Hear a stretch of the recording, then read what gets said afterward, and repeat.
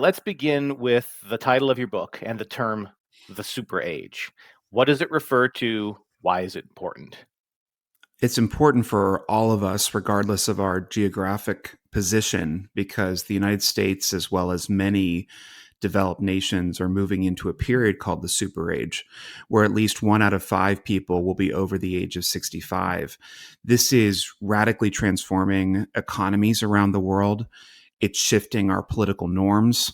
And it's changing the way businesses have to consider clients and workforce now and for the foreseeable future. So let's talk about, there's so many places we can talk about with this. And I think I want to begin with the geopolitics of it, because if we think about the biggest implication overall of demographic shifts around the world, it tends to show up in sometimes unexpected ways. Let's start Mhm. here at home for those of us who are living and recording here in the United States, here in the US. When we think about our population and how it is changing versus the rest of the world, what are some of the unique changes? We mentioned the over 65. Are there other elements of demographic change here in the US that are particularly important for us to consider in our place in the world?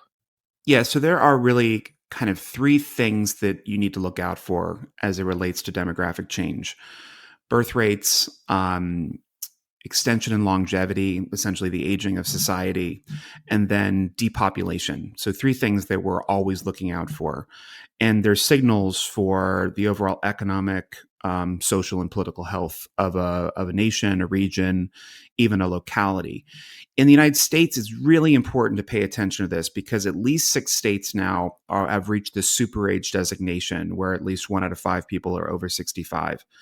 But more importantly, it's also really essential that individuals across this nation realize that 3/4 of our counties and half of our states now have deaths outpacing births. Meaning that without immigration, that one sticky issue here in this country right now, without immigration, we would be in population decline in many parts of this country.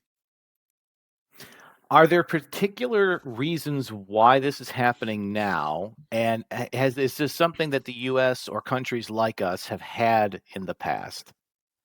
This is one of the longest term trends that we've been watching. Essentially, as long as we've been able to count our populations, we've been counting population change. And in fact, a decrease in birth rates began as early as 1760 with the advent of the first industrial revolution.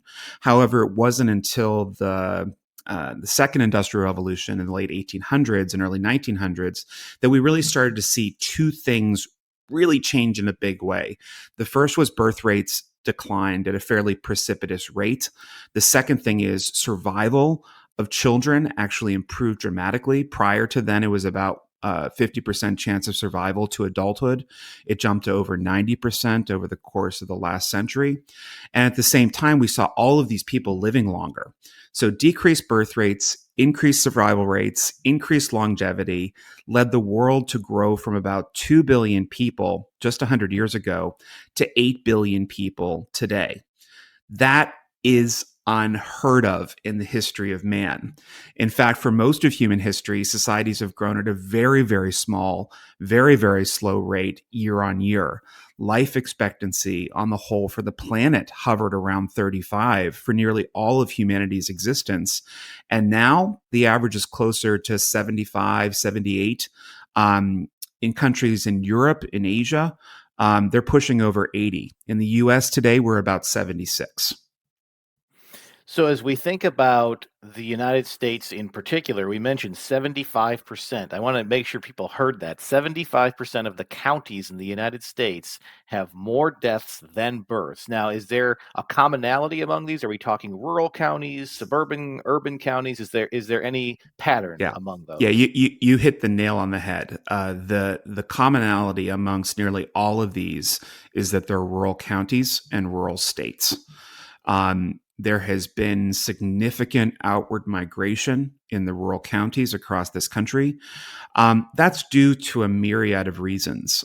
We can point to globalization, we can point to automation, we can point to urbanization. Um, it's just really hard to run a farm in this country now.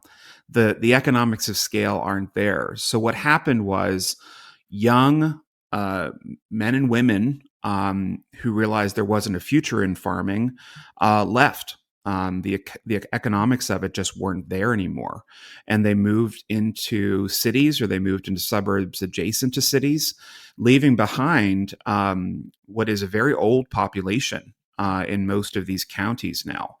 Not just old, but also monocultural. They tend to be white, they tend to be Christian, and they're older, and they tend to be more conservative as well. So it's a lot of pieces coming together in one place, but it is something to pay attention to, especially against the body politic, because small states, rural states, do have a significant say in the national discourse.